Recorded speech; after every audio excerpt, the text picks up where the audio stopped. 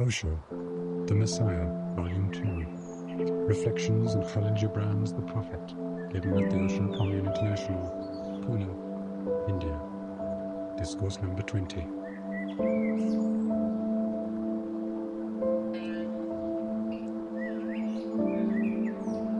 Commentaries by Bhagwan Sri Rajneesh on Khalil Gibran's The Prophet. Beloved Bhagwan,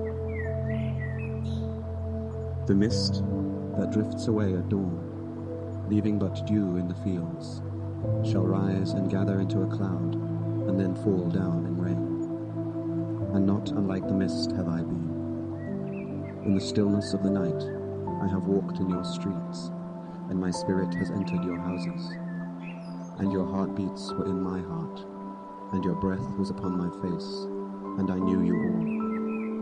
I knew your joy and your pain, and in your sleep your dreams were my dreams.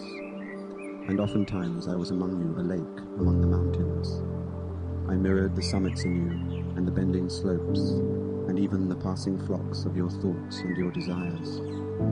And to my silence came the laughter of your children in streams, and the longing of your youths in rivers. And when they reached my depth, the streams and the rivers ceased not yet to sing. But sweeter still than laughter, and greater than longing, came to me. It was the boundless in you, the vast man, in whom you are all but cells and sinews. He in whose chant all your singing is but a soundless throbbing. It is in the vast man that you are vast, and in beholding him that I beheld you and loved you. For what distances can love reach that are not in that vast sphere? What visions, what expectations, and what presumptions can outsoar that flight? Like a giant oak tree covered with apple blossoms is the vast man in you. His might binds you to the earth, his fragrance lifts you into space, and in his durability you are deathless.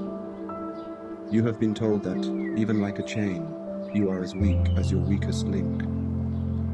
Thus is but a half-truth. You are also as strong as your strongest link. To measure you by your smallest deed is to reckon the power of ocean by the frailty of its foam. To judge you by your failures is to cast blame upon the seasons for their inconstancy. You are like an ocean, and though heavy-grounded ships await the tide upon your shores, yet, even like an ocean, you cannot hasten your tides. And like the seasons you are also. And though in your winter you deny your spring, yet spring, reposing within you, smiles in her drowsiness and is not offended. Think not I say these things in order that you may say one to the other, he praised us well, he saw but the good in us. I only speak to you in words of that which you yourselves know in thought. And what is word knowledge but a shadow of wordless knowledge? Your thoughts and my words are waves from a sealed memory that keeps records of our yesterdays, and of the ancient days when the earth knew not us nor herself, and of the nights when earth was upwrought with confusion.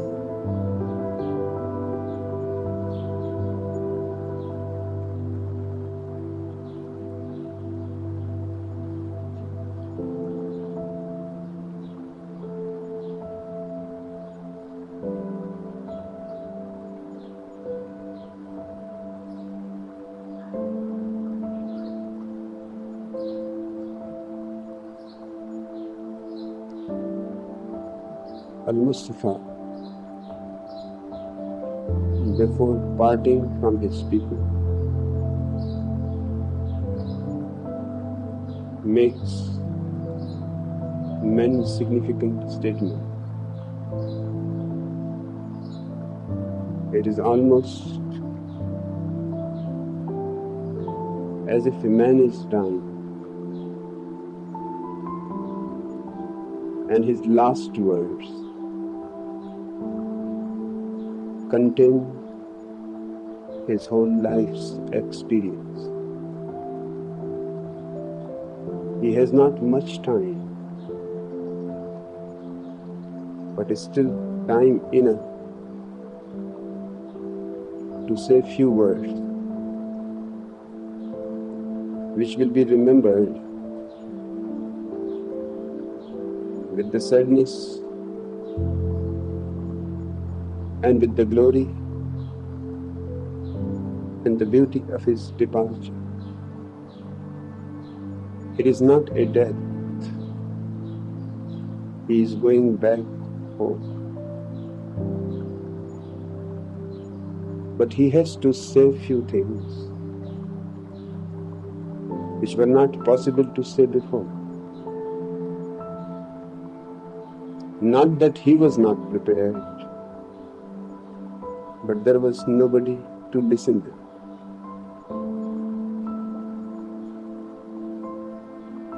Hearing that he is going, the whole city of Arphalis has gathered. And the words that are spoken at the time of departure almost become seeds in your being without your knowing. Because you cannot go on playing games of postponement. The ship is ready to leave. The people may never see Al-Mustafa again. Who knows about the future, what it contains? And this man has been amongst them for 12 years. They have ignored him, laughed at him, neglected him. They are feeling deep down sad and sorry because they have opportunity, a spring that has come to them, but they were not open. Today, because the spring is going away, they have become suddenly aware. And remember, even when the spring goes away, it does not go suddenly. It lingers a little bit. Few flowers disappear, then few more flowers disappear, and then all flowers are gone. Those who were not aware when there were flowers all around, they also become aware that perhaps it may not be possible to see the same flowers and the same fragrance again. In this awareness, their hearts are open. His statements are simple, but truth is always simple. If you are ready to listen, it is the most simple thing in the world. If you are not ready to listen, it is the most complex thing in the world.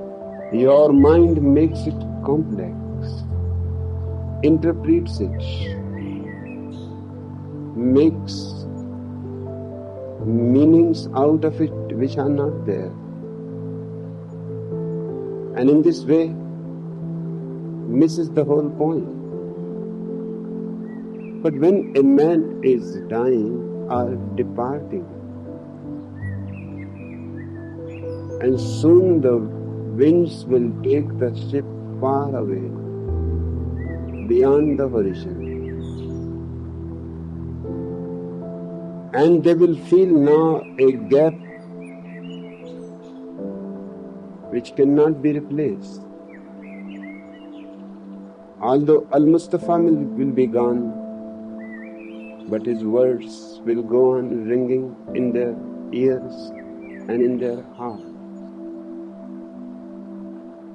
The mist that drifts away at dawn, leaving but dew in the fields, shall rise and gather into a cloud and then fall down in rain. He is saying, don't be worried and don't be sad. The mist that gathers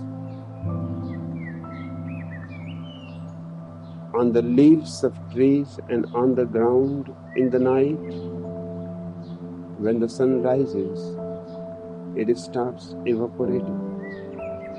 It rises again, just to become a rain cloud. So if you have missed this time, don't miss the next time. When the rain comes, through all your hypocrisy, in your utter nudity, dance with the rain and the sun and the wind. And you will understand more than is contained in any scripture or in all the scriptures. You will understand that you are part of a dancing existence.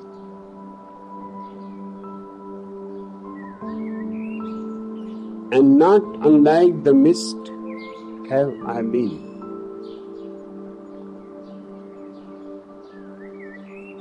Though I am going now, soon I will be raining again. If you have missed me this time, there is no need to be sorry. Be alert when I rain again, that you don't hide yourself from me, but open your hearts.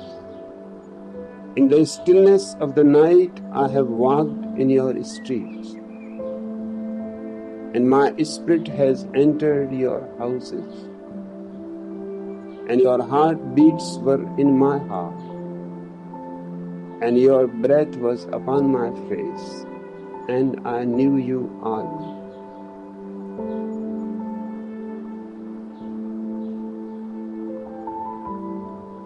The man of understanding, or the man who is awake, understands those who are asleep. But those who are asleep, of course, cannot understand the man who is awake. It is natural. I walked in the deep night in your streets. I have entered into your houses. I have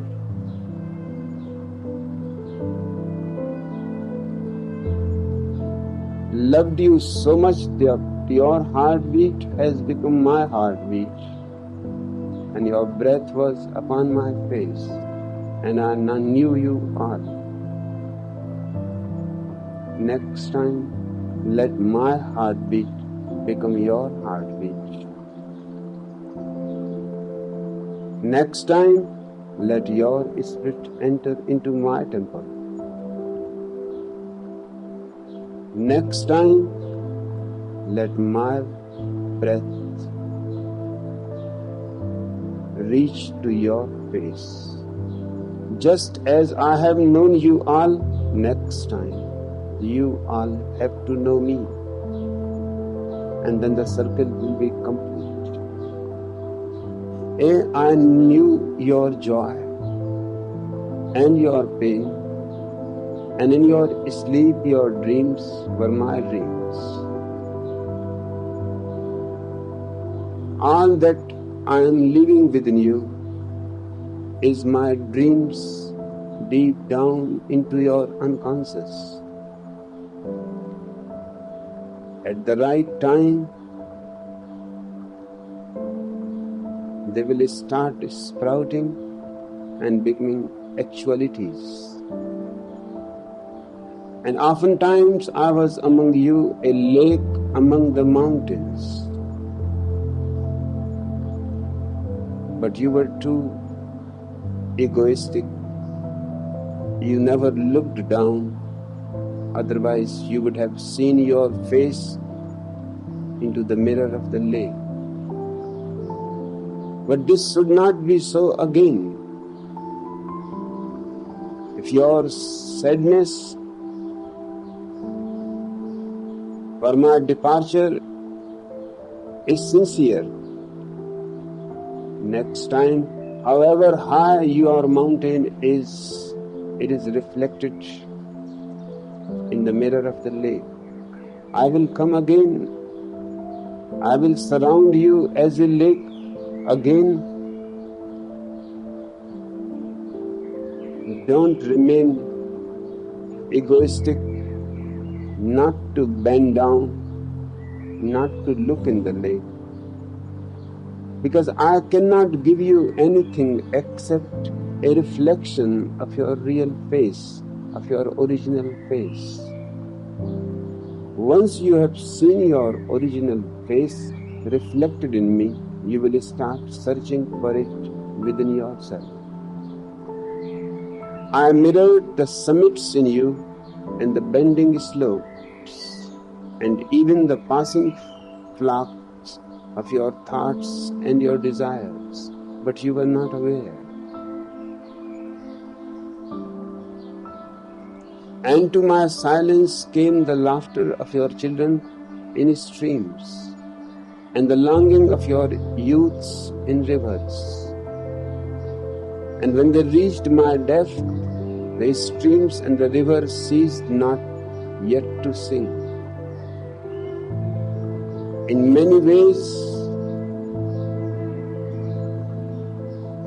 your streams have reached to me, but still you remain untransformed, because those streams were the laughter of your children in the streets playing, or the longing of your youth as rivers.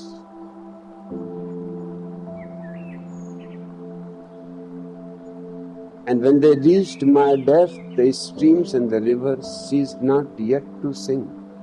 They are still singing within me. I am taking your laughter, your innocence of the children, your flowers of youth with me. Next time, let it not be one-way traffic. You also allow me to sing within you, to dance within you, to become your being. But sweeter still than laughter and greater than longing came to me. Just your presence, although you were asleep, was sweeter and greater than any laughter. It does not matter that you were asleep and you ignored me. It was just natural.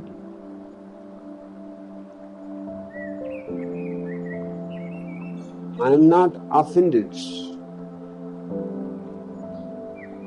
I have felt more compassionate and more loving towards you, who are born to be kings, are living like beggars. Just looking yourself into my mirror, you would have found your kingdom, the kingdom of God. It was the boundless in you, the vast man in whom you are all but one, cells and sinews, he in whose chant all your singing is but a soundless throbbing. It was the boundless in you. It does not matter that you did not recognize me. I am worried about you, that you have not recognized about the boundless in you. And that is your true self, your true reality. And without knowing it, all your knowing is rubbish. The vast man in whom you are all but cells and sinews. His vast man is nothing but the universal spirit, or in other words, the God. In that vast universal spirit, you are not different from each other. You are part of one whole. It is only your sleep that gives you the idea that you are separate. The moment you are awake, suddenly an immense revolution happens. You are in the trees and the trees are in you. You are in the ocean and the ocean is in you. You are in the clouds and the clouds are in you. That is the great ecstasy of all the mystics, to find themselves the organic unity of the whole existence. But whether you know it or not, it is the reality.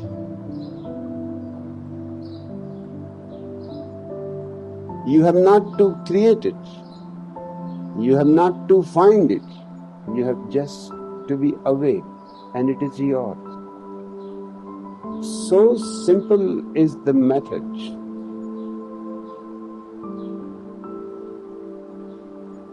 A man was brought to Gautam Buddha who was a philosopher and a logician, but he was blind. The whole village has failed to convince him that there is light. His arguments were very sharp.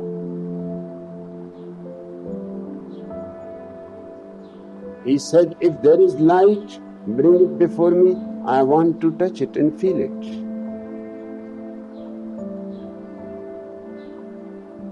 Beat it like a drum. I want to hear the sound of light.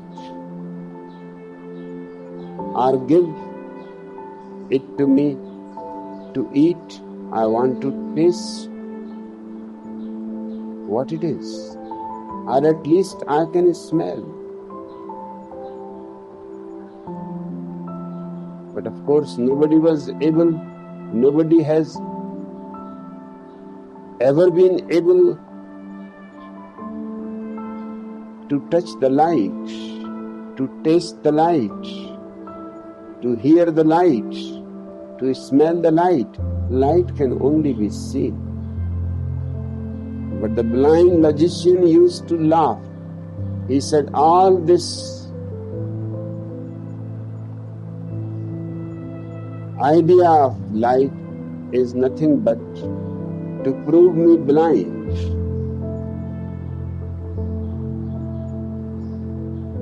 You are all blind, and this light is nothing but your imagination. The village was at a loss. Light is everywhere, all around, but how to prove it? That man goes on destroying all their proofs. In fact, there is no proof for light except your eyes. And there is no proof for God except your own being. The logicians who have been proving God are as foolish as those villagers. God has not to be proved, but experienced the way light is experienced. So all that is needed is eyes, not arguments. And when Buddha came to the village, all the villagers came with the blind men. They thought, we are villagers. We have not been able to prove, but the greatest man of our times, or perhaps of all times, is present. He will be certainly able to help this blind man. But Buddha was not as unintelligent as to provide proofs for light. He said, you have brought him to a wrong man.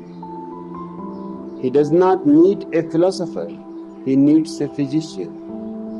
But I have got a physician with me, my personal physician. You take him to him. Because light is not the question. The question is, if he can get his eyes cured, he will not need any other argument. It took 6 months for the physician to cure his eyes. And when he saw the light, he said, my God, I have been proving all those poor villagers wrong. And I was providing all kinds of arguments which appeared to me perfectly right.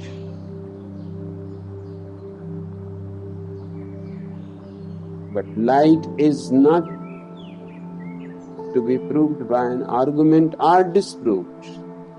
Either you see it or you don't see it.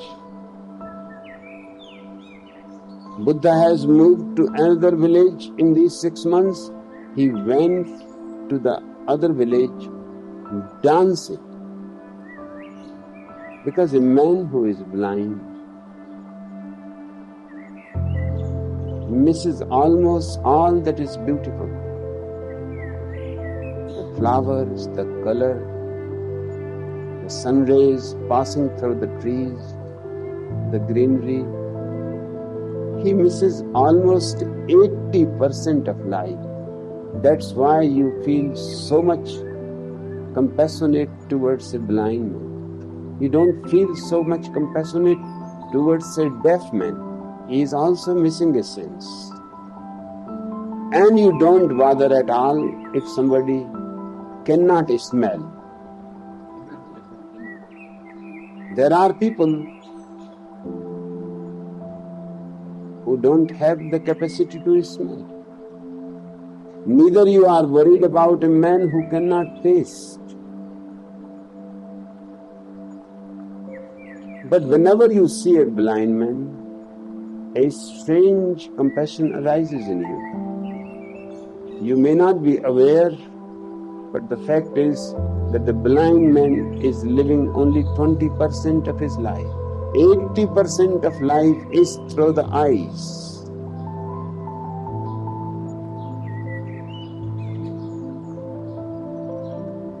He was dancing in the sun. He touched the Buddha's feet and he told him, if you had not met me, I would have never seen the light. Because they were always taking me to great philosophers, scholars, quoting scriptures, but that did not help. You were the first man who simply refused to tell anything about light. Now I know. At that time I had felt a little shocked that people say the Buddha is very compassionate, but it does not seem to be true. He has refused even to talk with me. But now I know your compassion. Only a physician was needed. Medicine was needed, so that my eyes are cured. Once my eyes are cured, I can see light is. The same is the situation about God or godliness. It cannot be proved by argument. Atheists have always been the winners as far as arguments are concerned.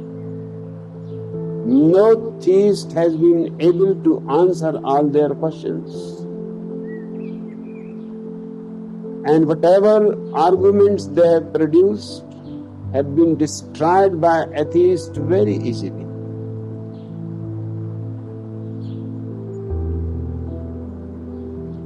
The reason is that God is the ultimate light, and for it you need the clarity of vision.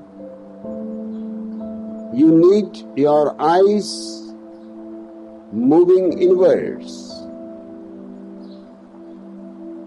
Either you know God or you don't know. There is no in between. No space to stand in between. And the whole humanity is trying to stand in between.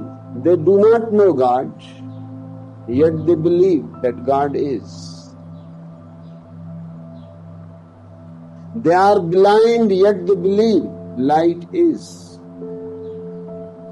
Their belief is going to prevent the cure of their eyes. Hence, I am against all belief. All belief systems have been destructive and poisonous. Never believe in anything. If people say God is, ask them the way to find Him, the way to see Him. If people say there is silence inside, ask them how to reach it.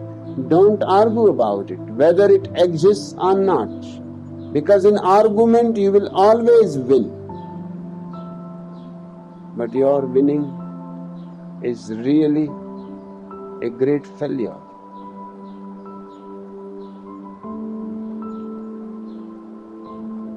Never believe in God. That is a hindrance in finding God. Seek, search. Search for the eye that can see God. Search for clarity and awareness that can dance with joy, finding that existence is intelligent. That's the meaning of God, that existence is not an idiot, that existence is not without intelligence, that existence is not without consciousness. Even the mountains have their own consciousness. The trees have their own consciousness. You may be having different forms of consciousness. That does not matter. Once you have become aware of your consciousness, slowly you will become sensitive of the whole ocean of consciousness that surrounds you. You will also dance. Unless a religion brings you to such an ecstasy that you can dance madly, you have not understood religion at all.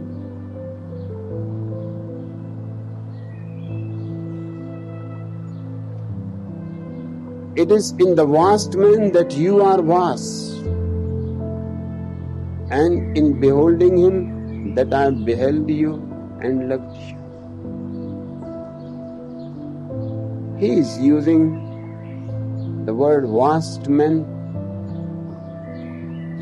so that he can avoid to use the word God, because the word God has been misused by the priests for centuries to exploit people, to keep them blind. But the vast man is nothing but God. It is the whole infinitude of existence. It is in the vast man that you are vast. Otherwise, you are always suffering with inferiority. Even the greatest man suffers from inferiority complex. Even your so-called powerful people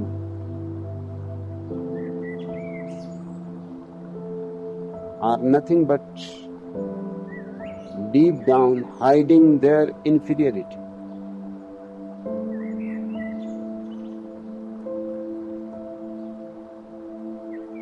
Life is multidimensional. You see somebody is a poet and suddenly you feel inferior. You are not a poet. You see a warrior and you feel inferior. You are not a warrior.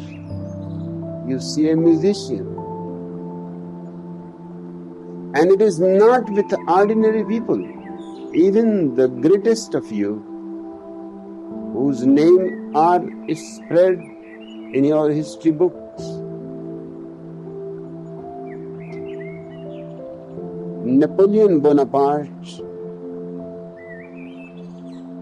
was continuously feeling an inferiority complex. Now he was a great king. And he lost only one battle, the last one. And that too he lost because of his inferiority complex. Otherwise, he went on winning all his life. But even while he was a victor, a great conqueror, his problem was that his height was only 5 feet 5 inches. Even his bodyguards were taller. Those poor bodyguards, but seeing them, and immediately he will feel his wound. One day he was trying to fix a photograph on the wall,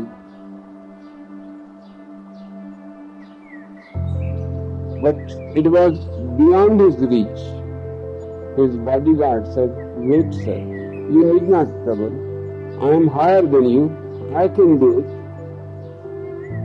He said, "Higher? Change your word. You can say only taller and not higher." He touched his painful nerves by saying, "I am higher than you." When he was a small child, 6 months old,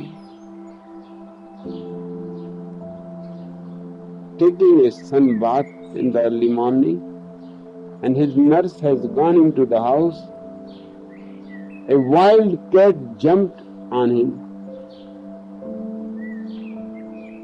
She did no harm to the child. She was really in a playful mood, and the child looked very beautiful. But she had no idea that she has created a great fear in the child. The nurse came running out, the wild cat escaped. But the fear that the wild cat created in him, that I am even inferior than a cat, remained his lifelong companion.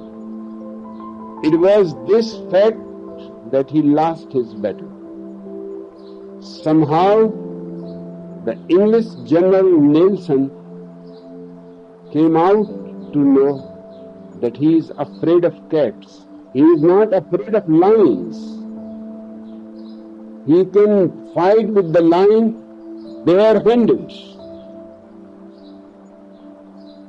But the moment he sees a cat, he starts falling apart. He has a nervous breakdown. He again becomes a 6-year-old child. You will be surprised to know that Nelson has come to fight with Napoleon with 70 cats ahead of his army. And the moment Napoleon saw 70 cats, one was enough, 70 was too much. He lost all grip. He told to his general that now you arrange to fight, I retire, because now I cannot fight. The general said, but what is the problem? He said, the problem? those 70 cats, and because he did not fight, he went behind his ranks to avoid those cats. He was defeated. Otherwise, Nelson has not the guts to defeat Napoleon. Nelson was not a comparison to the great warrior Napoleon, but those cats were even bigger warriors.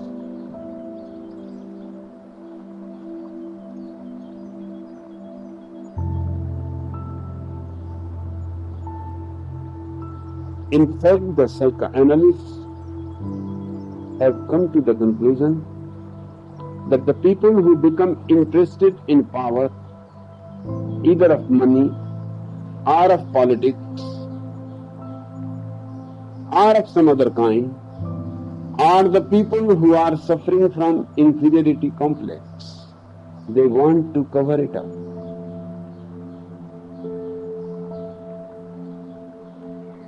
And the only way to cover it up is to reach to a powerful situation from where they can say to people that I am not inferior to anybody. And they can convince themselves that they are not inferior to anybody, but they all suffer from inferiority. Even a man like Adolf Hitler would not allow anybody to sleep in his room, because who knows, in the night he may kill him. He had no friends, because to have a friend means somebody very close, and he was so afraid of somebody being so close that he can do harm. He kept everybody as far away as possible. There was not a single man who will address him by his name.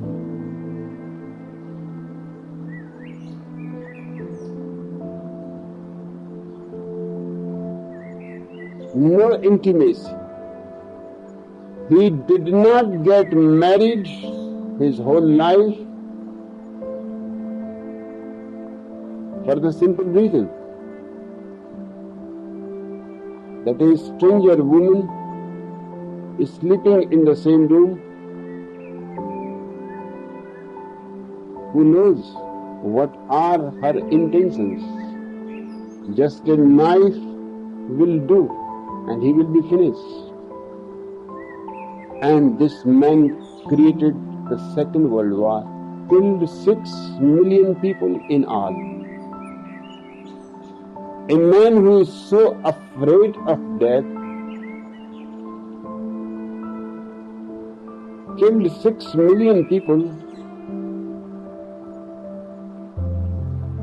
On the surface, you may not find the relationship between the two, but just go a little deep and you will find the relationship. By killing people, he was proving himself that I am immortal. Everybody else dies.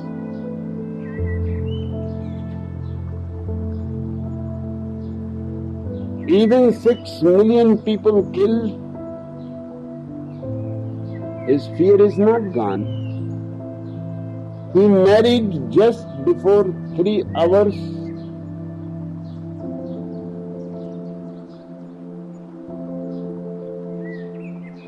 When he was going to take poison and die, because the enemies were winning.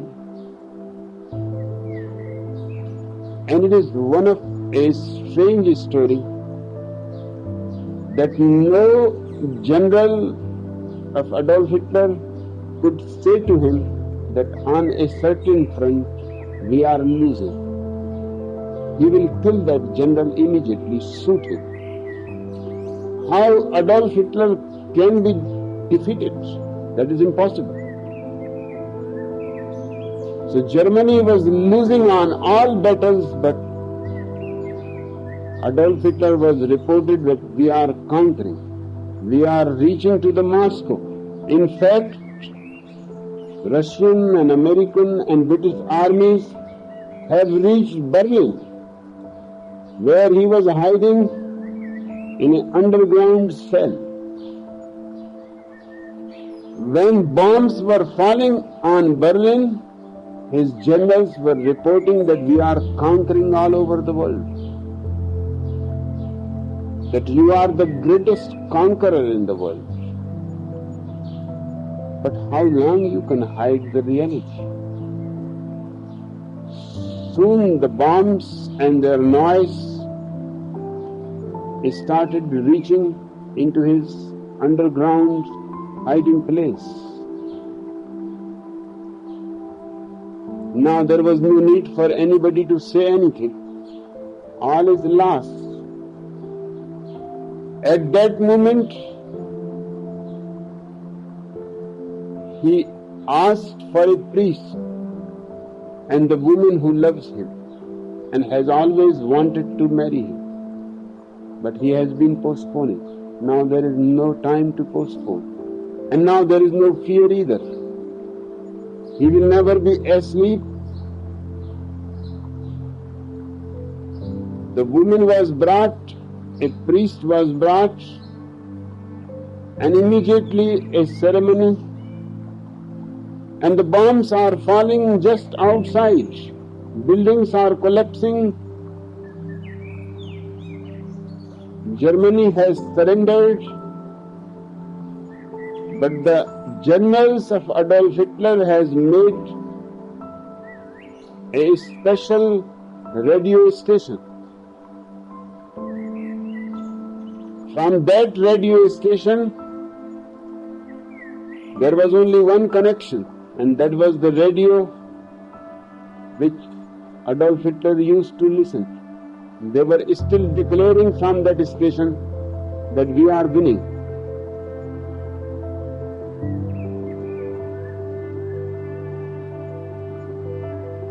He got married, and the next thing after marriage, unprecedented, and perhaps nobody will do it again, was to take poison and tell the generals that when we are dead, you pour kerosene oil and petrol and burn our bodies.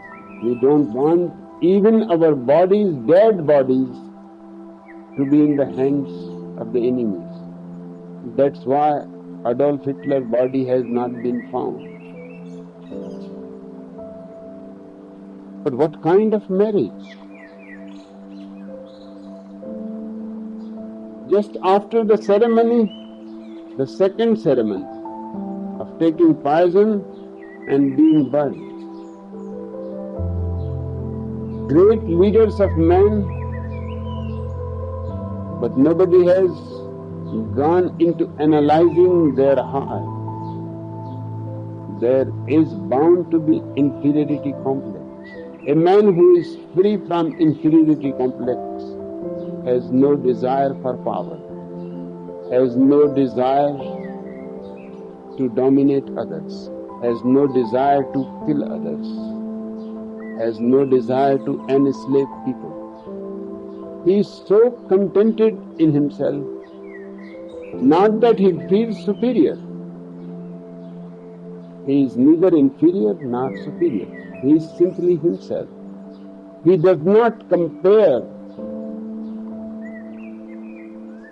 There is no need to compare. You are a painter, that's perfectly good. You are a poet, that is perfectly good. Life needs variety.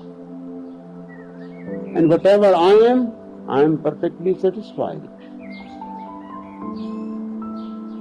Life needs me too. Otherwise, I would not have been here. Existence never produces anything unnecessary.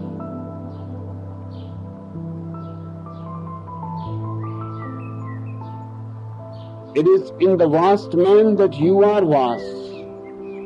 The moment you become aware of oneness with the universe, you become vast. And that is the only way to get rid of inferiority and superiority. Because there is nobody else to compare with. Only you are. You are the whole. The musician is your part, and the poet is your part, and the dancer is your part.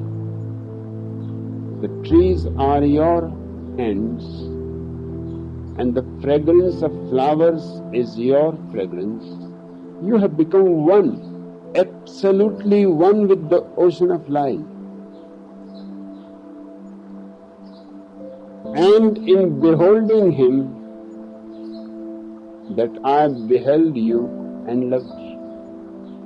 I have not loved you as separate individuals. I have loved you because I saw the infinite in you. And I have loved the infinite in you. It does not matter whether you are a thief, a murderer, a beggar, or an emperor. I have seen the same vast existence expressing in different forms. Seeing the vastness of life and oneness of life, I have loved you. That love is not addressed to individuals. It is addressed to the whole unity. In fact, the man who knows that I am one with the whole, he is loving himself. In loving you, he is loving himself.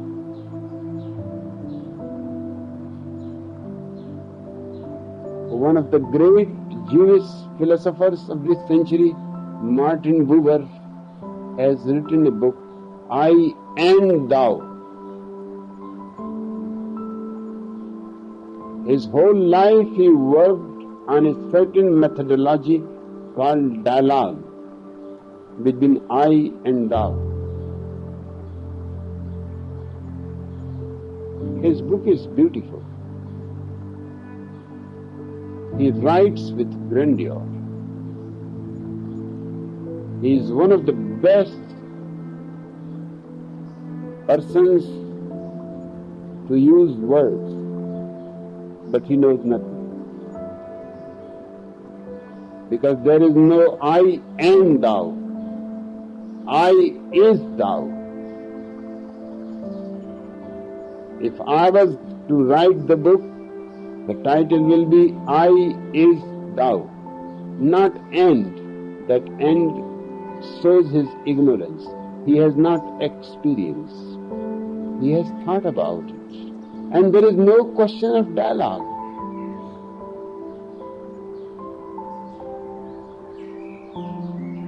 I have been condemned around the world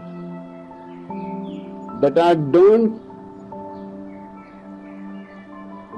allow dialogue. My words are monologue. The people who had been condemning me that my words are monologue think that it is a criticism. I don't think it's so. It is a compliment. I am grateful to all those people who say that my discourses are monologue. What else to do? Because there is nobody else. You are me. I am you. The dialogue is impossible. Only monologue is possible. I am speaking and I am hearing also.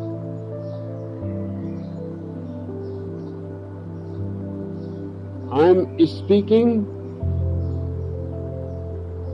from one body and I am listening from all your bodies.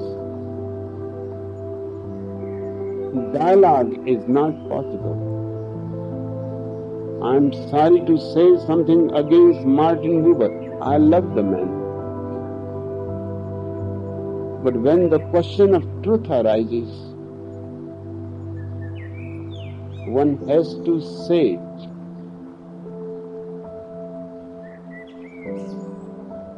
For what distances can love reach that are not in that vast sphere?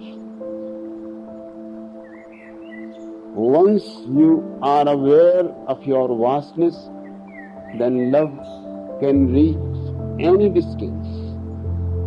Then there are no distances for love. The farthest star, which has not even been discovered by physicists yet,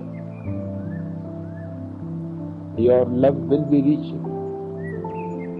Where physics is bounded, love is not. Feeling one with the whole, your love has reached to the whole, to the flowers and to the thorns, without indiscrimination. And only a man of such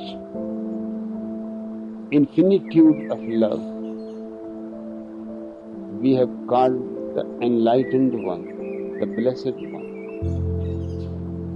the Awakened One.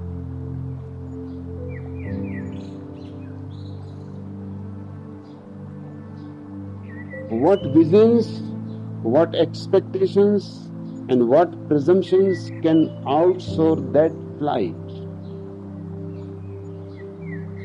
The flight of love to the whole is the ultimate flight. Physicists say that the light travels the fastest. That is the ultimate speed, 186 miles per second. But I say unto you, love travels so far that it does not take any time to reach from one planet to another planet.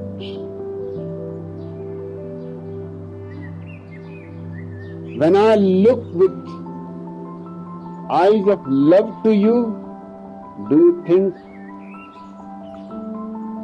love takes time in traveling and reaching to you?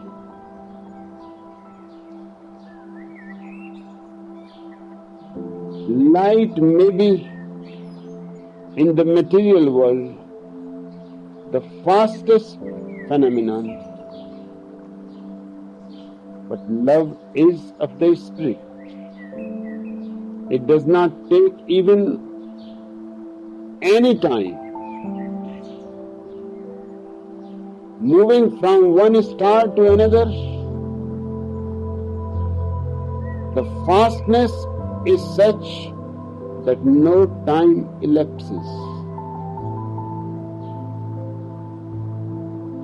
In fact, the moment you are aware of the wholeness, suddenly your love has become spread all over existence. There is no question of travel. It is already there. But physicists won't understand love and its speed.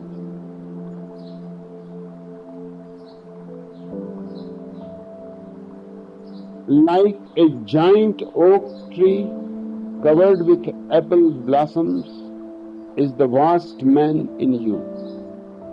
His might binds you to the earth. His fragrance lifts you into space.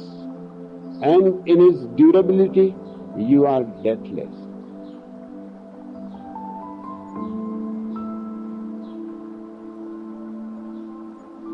It gives you everything that you have been longing and longing for centuries, for thousands of births.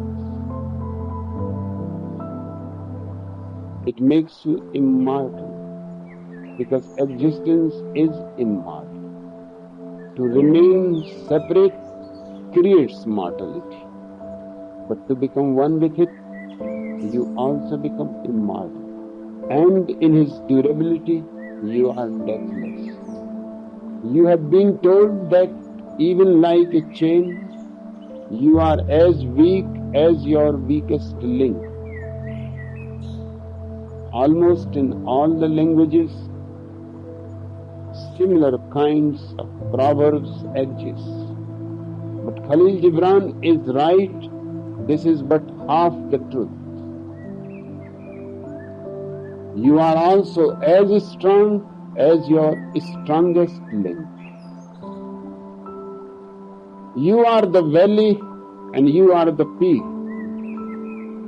You are the dark night and you are the full noontide.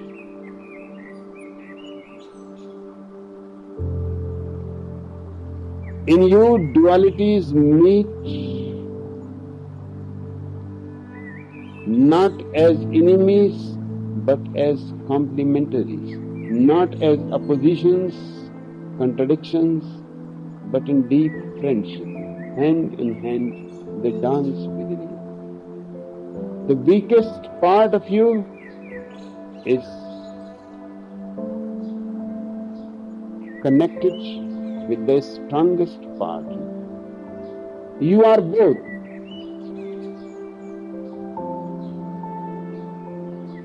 And it is good that you are both, because there are things which only the weakest part in you is capable of. And there are things which only the strongest part in you is capable of. And you need both. Otherwise, you will be monotonous. You will become a boredom unto yourself. You can become a delight unto yourself because you have all the possibilities, the whole spectrum of the rainbow, all the colors. And in unity, in oneness, the weaker is no more weaker and the stronger is no more stronger. They have melted into one. To measure you by your smallest deed is to reckon the power of ocean by the frailty of its foam.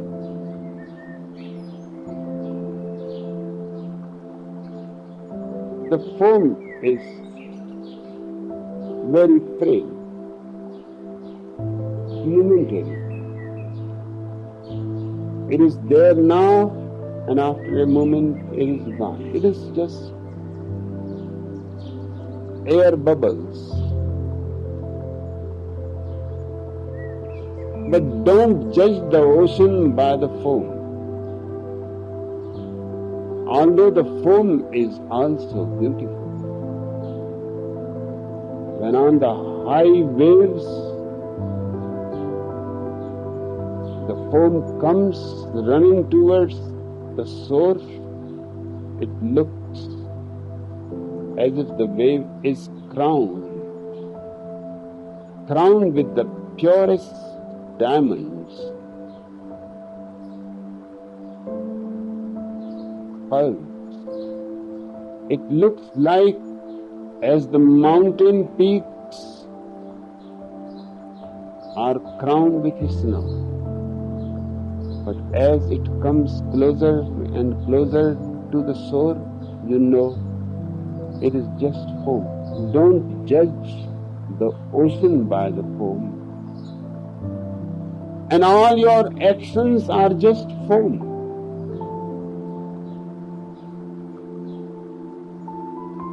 Very frail. Somebody is angry,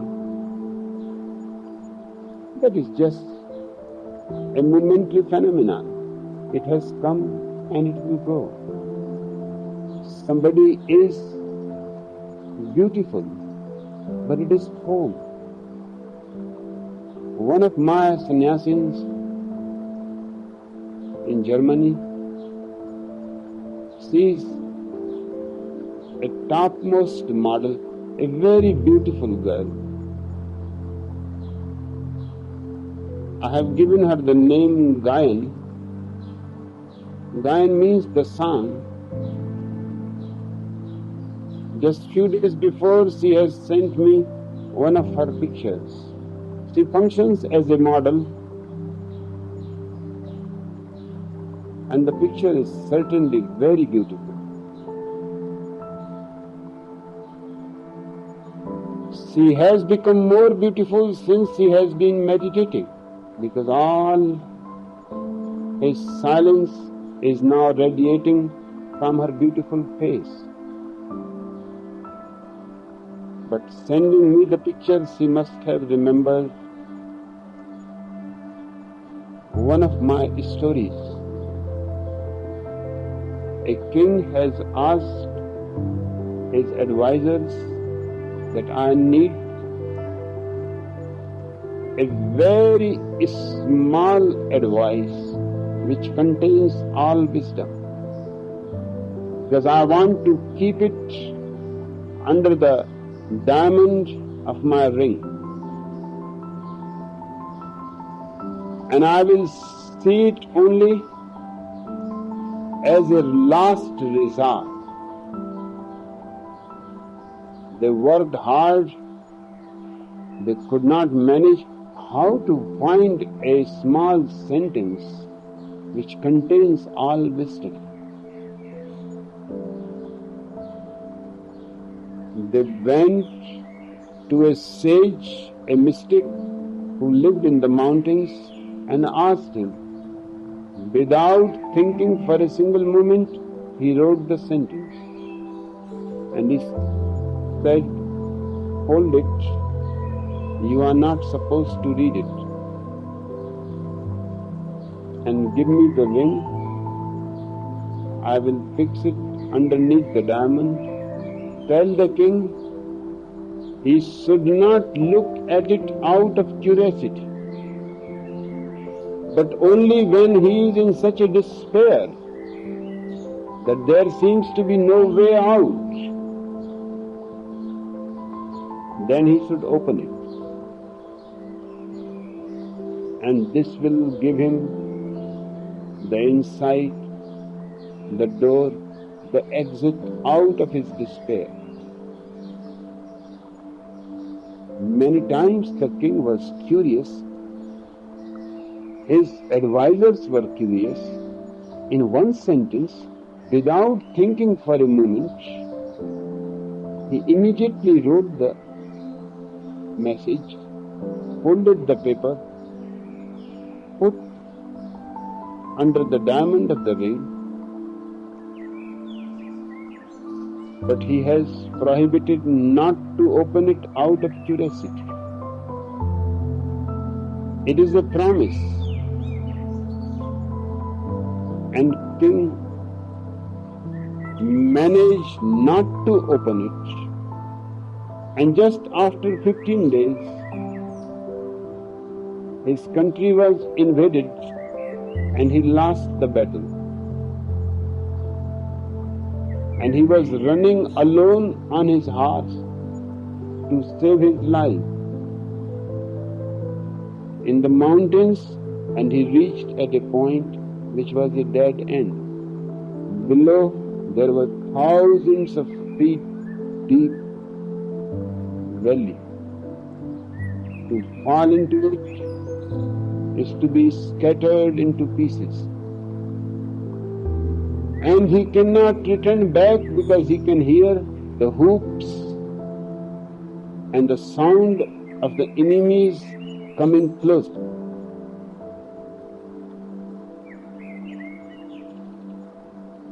Suddenly he remembered his ring. This is the situation. He cannot go ahead, he cannot go back. It is a small, narrow, mountainous path, and the enemies are very close, and they are followers. soon they will be here. Before they are here, he has to read the message. He opened the diamond, took out the message. It was a very simple message. Just 4 words. This too will pass.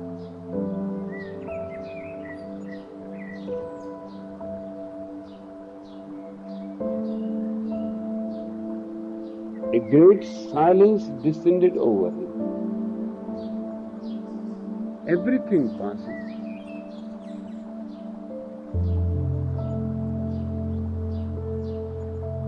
And he waited there,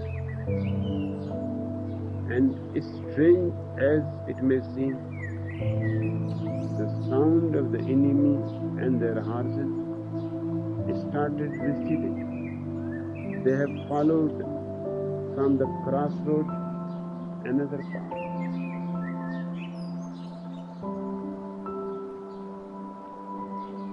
He came back, collected his armies again, fought with the enemies, took over his kingdom back, and the day he took over his kingdom back was a great day of celebration. The whole city was decorated, firecrackers, flowers were showered on the king, and he felt very egoist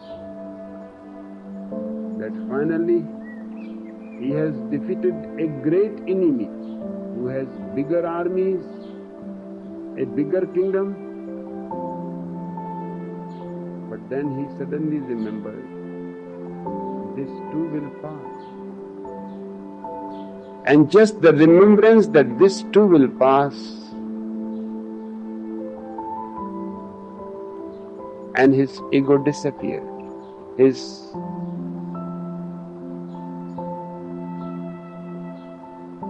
being became humble. Gayan must have heard my story on her beautiful picture, in which she looks so innocent, just like a flower. On the side she has written, Bhagwan, this too will pass. Beauty is a foam, but don't judge. Ugliness is also foam, don't judge. Stealing is also foam, don't judge. All your actions are nothing but foam, and the ocean is vast.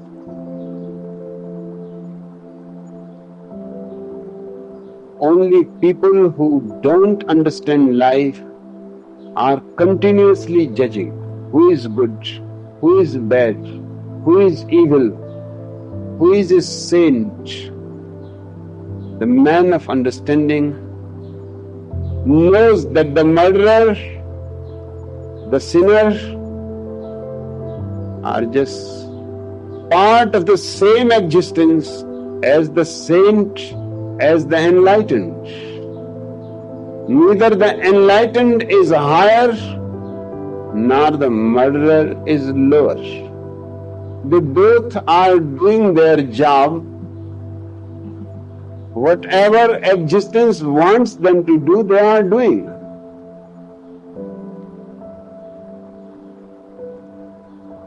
In a drama, you don't judge. If somebody is a murderer and somebody is a great saint, you know perfectly well both are actors. And behind the curtain, when they will go, they will be sitting on the same table drinking tea. The murderer and the saint. On the stage, the murderer seems to be condemned, evil, and the saint seems to be divine. but it is foam only. The real life is so vast that it cannot be judged by small actions.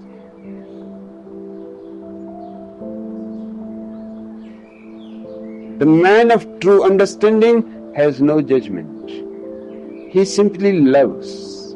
Whether you are a saint or a sinner is not his business. Whatever you are, do it perfectly well. Do it with totality and intensity.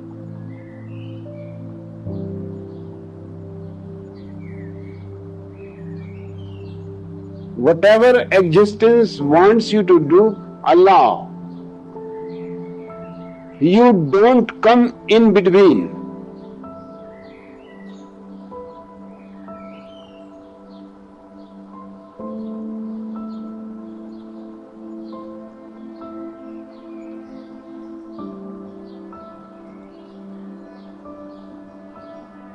To judge you, to measure you by your smallest deed is to reckon the power of ocean by the frailty of its foam. To judge you by your failures is to cast blame upon the seasons for their inconstancy. Sometimes spring comes earlier, sometimes a little late, sometimes rains come, and sometimes they don't come, and sometimes they come too much that they create floods. But don't judge.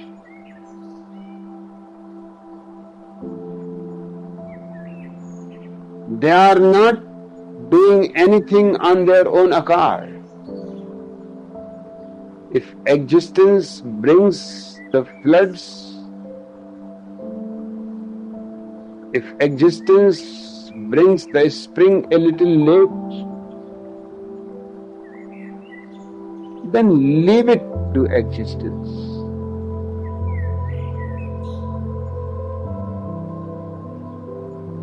Perhaps that is what is needed. Remember one thing, existence is wiser than you because it is the collective intelligence of all. A single man's intelligence cannot be more than the collective intelligence of the whole existence.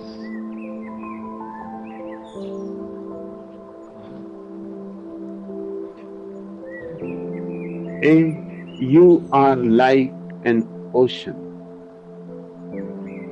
and though heavy grounded sips away the tide upon your shores, yet even like an ocean, you cannot hasten your tides. What can you do? You are the ocean, but you cannot hasten your tides. They will come according to the collective intelligence of existence. That collective intelligence has been known as God. And like the seasons, you are also. And though in your winter you deny your spring, because the winter never comes to know the spring, they never meet.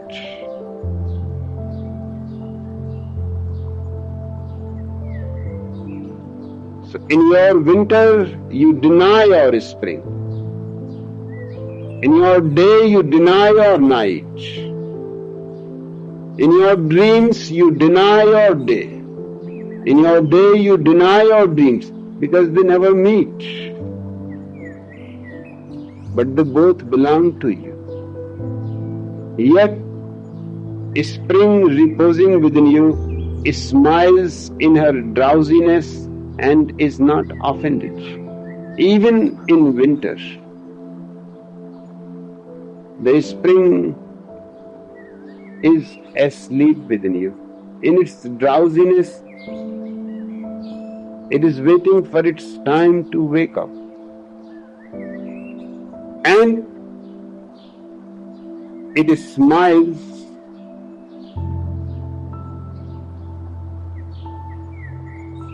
at your denial, but it is not offended. Think not, I say these things in order that you may say the one to the other, he praised us well. He saw but the good in us. I only speak to you in words of that which you yourself know in thought. And what is word? Knowledge, but a shadow of wordless knowledge. Khalil Gibran is saying, you also know what I am saying to you, maybe not so clearly.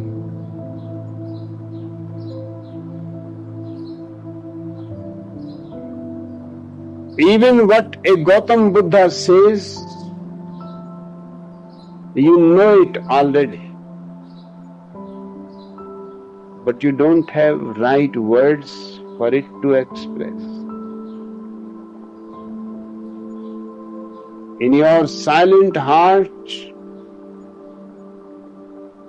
you will understand that what he has said, it seems I have heard before. It seems I have known it before. Of course, not so clearly, not so strongly, just a faint, far away echo. And what is knowledge?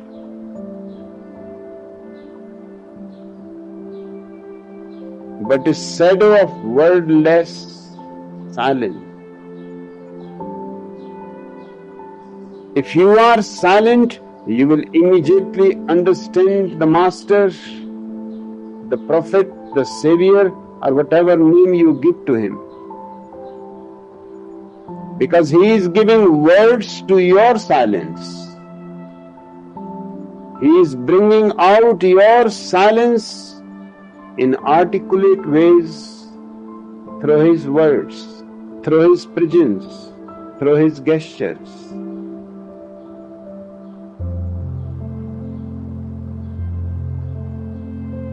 Your thoughts and my words are waves from a sacred memory that keeps records of our yesterdays and of the ancient days when the earth knew not us nor herself, and of nights when earth was upwrought with confusion. Whatever I am saying to you, says Al-Mustafa, you know it too, but you are not aware of it.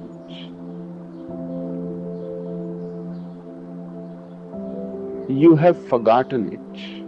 Otherwise, we all know from the very beginning everything that is going to happen to you. You have known and dreamt from the very beginning of the heights that you are going to reach. But you are so much occupied in ordinary, trivial life that you go on forgetting the essential truth of your being. The English word sin I like very much, not in the same meaning as Christians use it, but in its original meaning. And the original meaning is so beautiful. Sin in its original meaning means forgetfulness. And do you see the difference? The sinner is only one who has forgotten his truth. Nothing to be condemned, just he has to be reminded. But when you use sin as a condemnation, then it is not a question of reminding him, but throwing him into hellfire.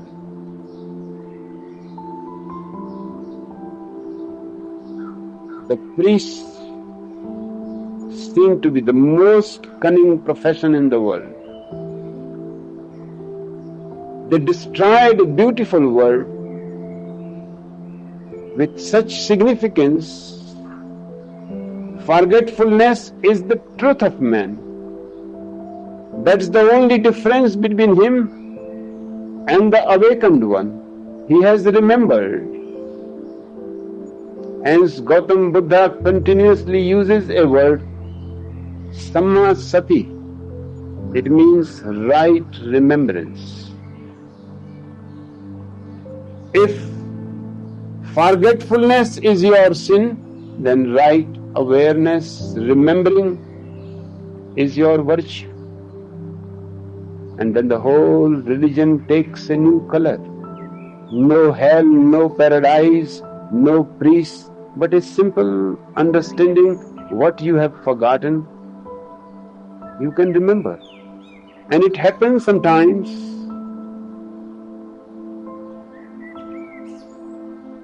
that you say that I remember it, it is just on my lips, but still I cannot speak it.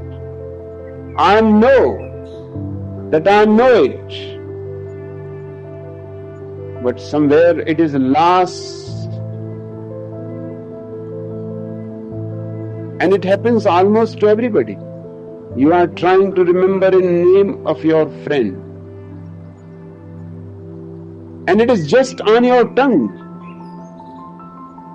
You know it. You are perfectly certain you know it. You remember even the face of your friend. You remember your conversations with the friend, but his name has got somewhere blocked. And the more you try, the more difficult it becomes, because you become more tense. And in tenseness, your mind becomes more and more narrow. Finally, just out of frustration, you drop the idea. You go into the garden and start watering your roses. And suddenly it is there. You have remembered the name and you were not trying now. Because you were not trying, you became relaxed. The tension disappeared. The mind became broad. Otherwise it was a very narrow street, and any small word may have been blocking the name to come to the lips. Now the mind has become broad and relaxed. It has become a super highway. Now the forgotten suddenly comes to your lips. And the same is the situation about religion, about truth. The difference between the saint and the sinner is not great. Perhaps just of 1 inch. The saint has remembered, and the sinner is going to remember. Giving chance and opportunity, he will remember it. Hence, I say unto you that any saint who condemns sinners is not a saint at all, because he does not understand anything. Only a saint who is respectful of the sinner too is a real saint, because he knows the difference is not much. What has become aware in me is going to become aware in him sooner or later.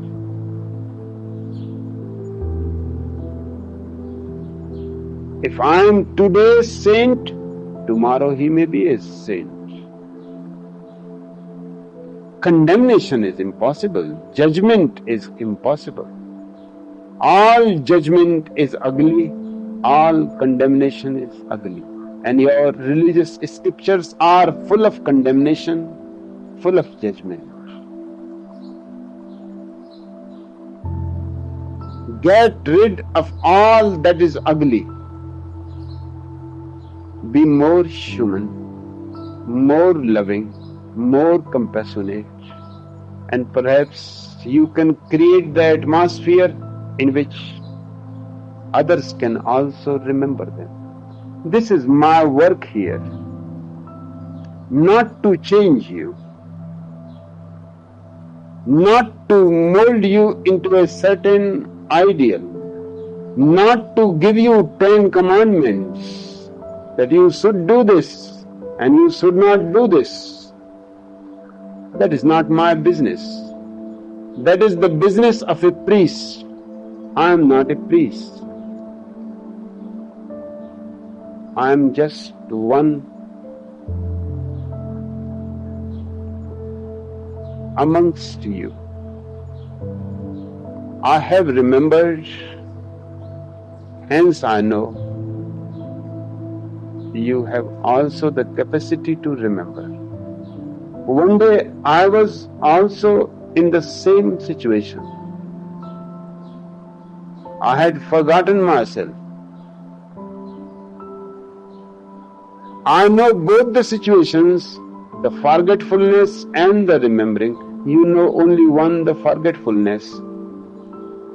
So it is just a question of a little more relaxed, a little more silent, a little more alertness, a little more consciousness, and just in a single moment the sinner disappears and the saint arises.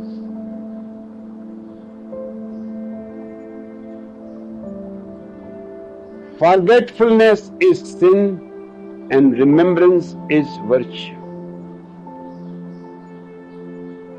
My work is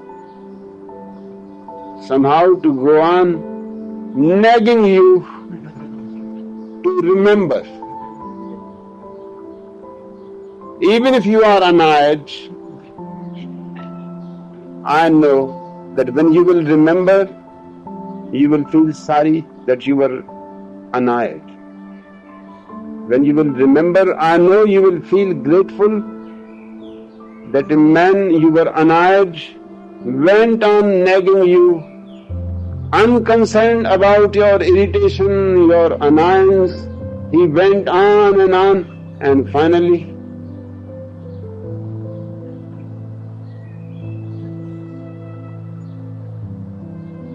the moment, the spring, is everybody's birthright to remember and blossom.